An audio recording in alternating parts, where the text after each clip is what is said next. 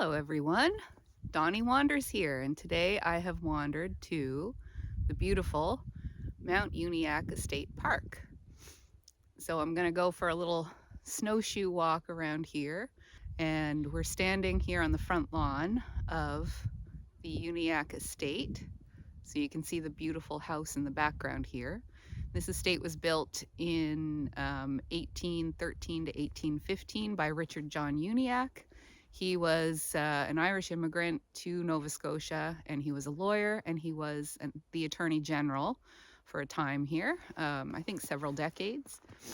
And it was quite a famous family at the time. He had 12 children, and one of his sons, James Boyle Uniacke, was the first Premier of Nova Scotia as well. So quite a historic family, and we're here at a very historic site. This was not their house, believe it or not. This was just their summer cottage.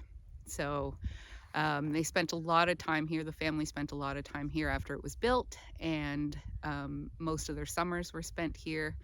And it was a stopping place between Halifax and Windsor, so it was on a very convenient route. Windsor at the time was sort of a shishi poo-poo town. It's not so much anymore. It's a nice little town. Certainly not super wealthy or anything like that these days, but in the 1800s it was seen as sort of the place where the upper class and the elite would live so that they could get away from the dirty squalor of Halifax.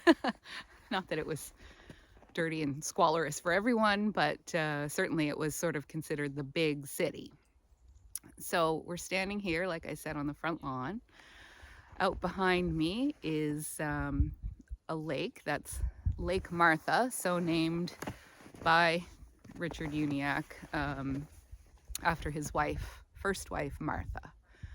So we'll go and have a look at that. And we're also standing on a really neat feature here on the front lawn. And let me show you that. This little lump in the landscape here, it's kind of flat down here and then slopes up. It's difficult to see in where it's obscured with snow at this time of the year, but the front lawn was divided into a lovely, nice lawn here leading up to the beautiful portico at the house. And then out here we have this, it's actually a stone wall.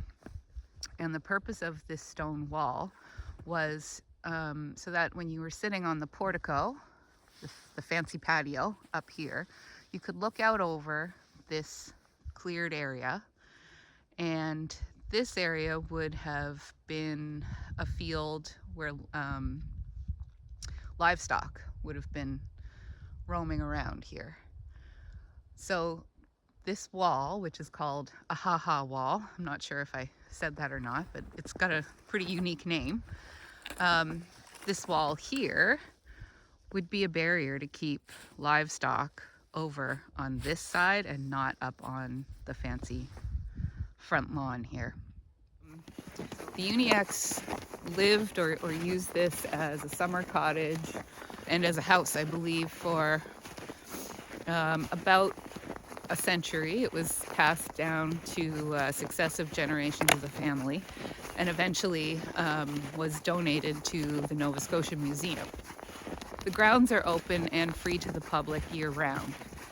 There's lots of trails here, and I can't remember exactly how many kilometers of trails, but to walk them all takes a couple of hours. So I'm not sure that I'm going to walk all the trails today, but it's a really lovely park to come and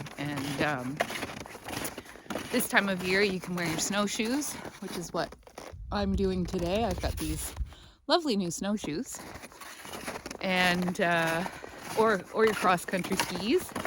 But honestly, you don't even really need snowshoes to enjoy this park if there isn't a ton of snow, which there isn't right now. So it's a great place to come in the winter, lovely place to come in the summer, because this lake is really beautiful as well. And there are trails that go up and around behind this lake. There's a nice loop trail. And today I think we're gonna head that way down the trail and check out a couple of neat things that are down here. An interesting and somewhat unique feature at Uniacke Estate Park is this tree that I'm standing in front of right now. So this really big tree is an American chestnut tree, and it's not native to Nova Scotia. It was brought here probably about 170 years ago, and it's really tall. I'll see if I can show you the whole tree here.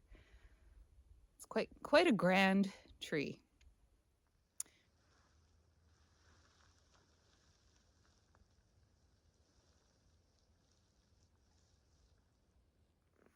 The reason that I wanted to show you this tree is that it's one of very few surviving American chestnut trees. They're not native to Nova Scotia, and Nova Scotia is right on the very, very edge of where these trees can thrive. American chestnut trees used to make up about a quarter of the forests in northeastern North America, slightly south of where we are now, is what their range was. But other chestnut trees were brought in from Europe and Asia into the United States in the late throughout the 1800s, I think. And they had a blight that the American chestnut tree behind me didn't have any defenses against. So almost all American chestnuts have been eradicated. So it's cool that we have this one here that has somehow managed to survive and to thrive. Even though it is an introduced species and isn't really supposed to be here, it's still quite a beautiful tree.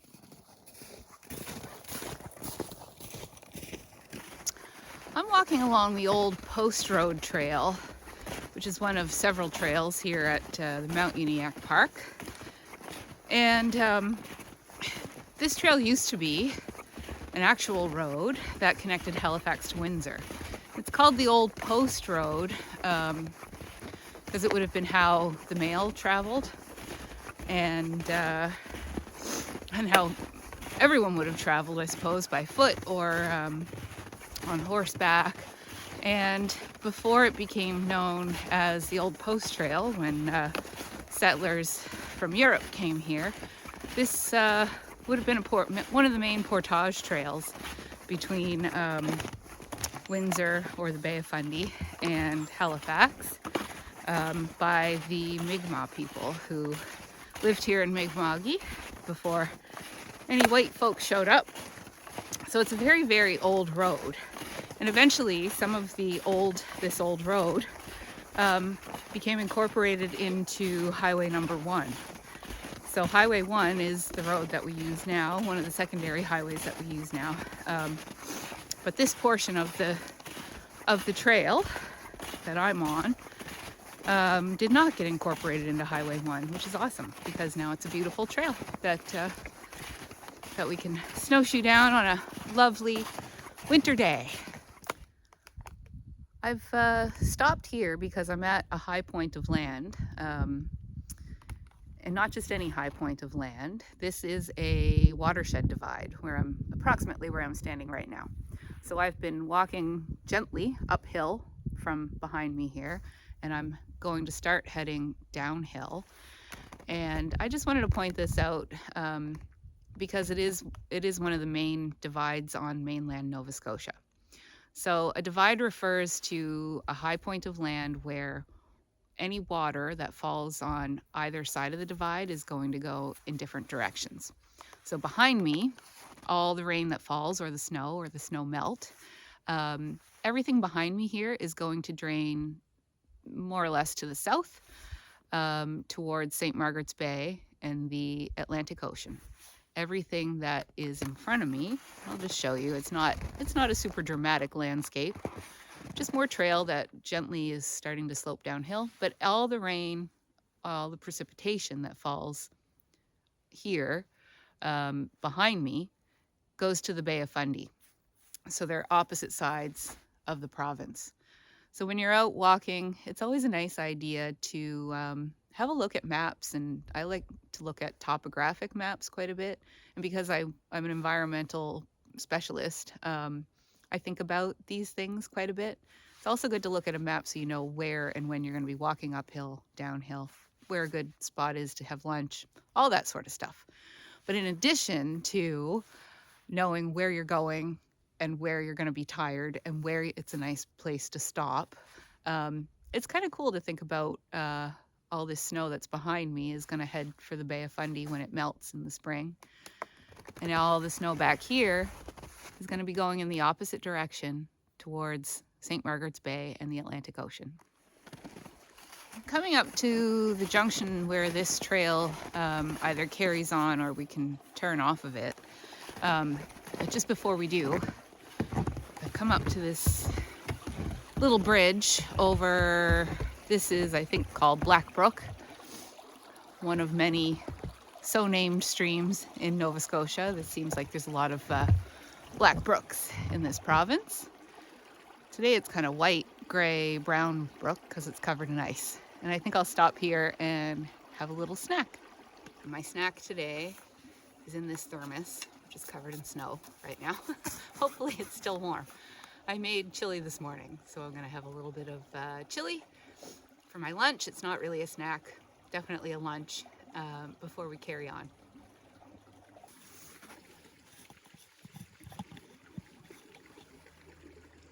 Ooh yeah, steam coming out. Can you see that? Check that out. It's a nice looking chili. Hopefully it's still hot.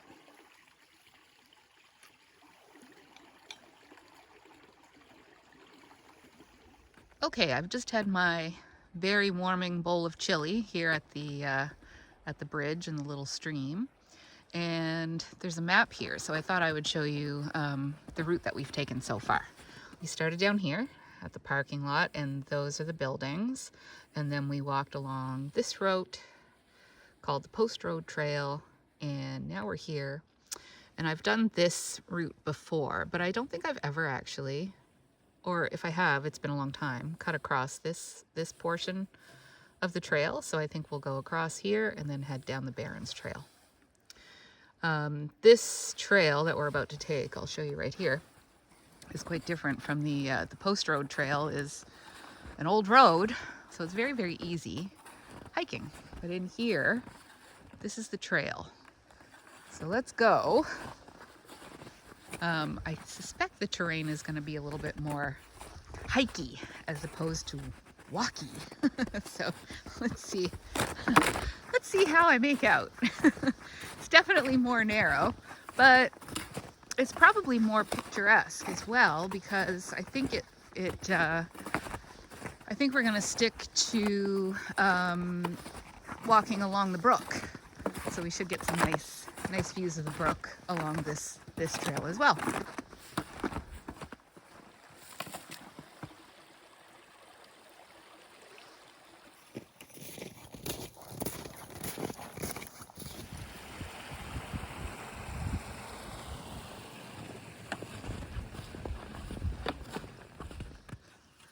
Okay, we're at our next junction. And I'll show you this map. Okay, we're up here. So now we're just going to take the Barrens Trail all the way back to the main parking lot. And here's what it looks like. Very similar to the Wetlands Trail. Very much more a wilderness looking trail. It's very pretty in here and very quiet.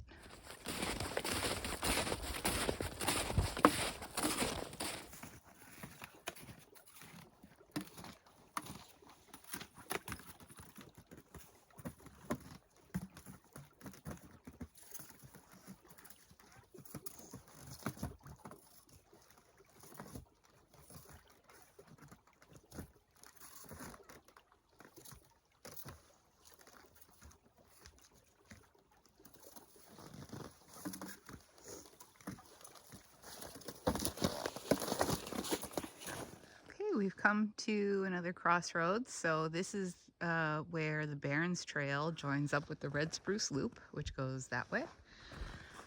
in that way. And we are actually going to be headed this way as well. I'll just quickly show you the map. So that's where we are right here, and we're almost back to where we parked. Let's go. I am approaching the parking lot and the main buildings. You can see them right here. So I thought I'd take a minute and just wrap up the video. I walked along the Post Road Trail, crossed the Wetlands Trail, and then down the Barrens Trail, which takes us back to this area where I'm in now. I don't know how long I was hiking for, but I would say if you were hiking straight through, that would be about an hour to an hour and a half, depending on how fast of a hiker you are. I stopped and ate my chili and looked at the sights and all that. I'm a bit of a dawdler when I hike, when I see something interesting. Just where I'm back almost to the car, I've actually got my snowshoes strapped to my pack, which was something I wanted to try today, to see how difficult they would be to strap to the pack, how heavy they are, that sort of thing. Super light. I can't really feel them. I forgot they were there, except that I can see them in the monitor screen here. So anyway, so that was a quick little walk through the Mount Uniacke Park. Hope you enjoyed the video. If you liked it, feel free to leave your comments below. And I hope you consider subscribing to my channel. That's it for Donnie Wanders. See you next time.